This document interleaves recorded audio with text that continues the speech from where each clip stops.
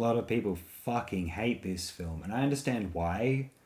Although I think when you consider it as a film that's going to be as bad as everyone says it will be, it has its merits. Some of the zombie stuff is extremely enjoyable.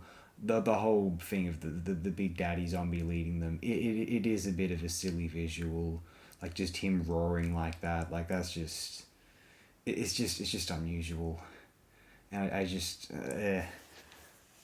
the performances of whatever they're particularly bad even by the standards of these movies. Well, these movies have decent performances. They've got very watchable performances, whereas you know Simon Mentalist, I don't know, Simon Baker, I don't know.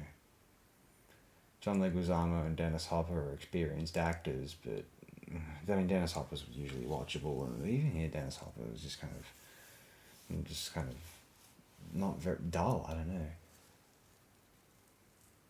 Land of the Dead is watchable. I like seeing Tom Savini as Blades again, but man, it's such a drop in quality that it makes you wonder if Romero was just accidentally brilliant in his heyday. And it's not just the Dead trilogy.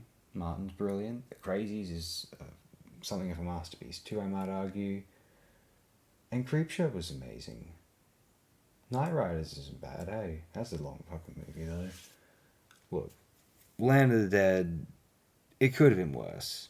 Could have been one of the next two.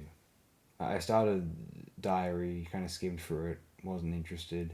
Survival, he just doesn't. A lot of the older directors, they move into digital and they just think, oh, they don't get it. Like, they knew what good celluloid looked like and what bad celluloid looked like, or at least what tasteful aesthetic celluloid looked like. Well, celluloid had a habit of intrinsically aestheticizing and creating a watermark upon the frame. Digital doesn't do that in the same way, and it's not digital's. I guess it's digital's quote fault unquote. But I would also argue that artists, filmmakers don't have enough of an understanding of the visual if they can't do much visual. Look, even people talk about George Lucas being out of touch and his understanding of the visual. Like he was one of the few artists exploring that high density CGI computer graphics within a fusion of live action context. Peter Jackson did it better, to be fair, but Lucas, God, bless him for trying. I mean, Phantom Menace was mixed. Attack of the Clones is garbage. Revenge of the Sith worked out, I think, quite okay overall.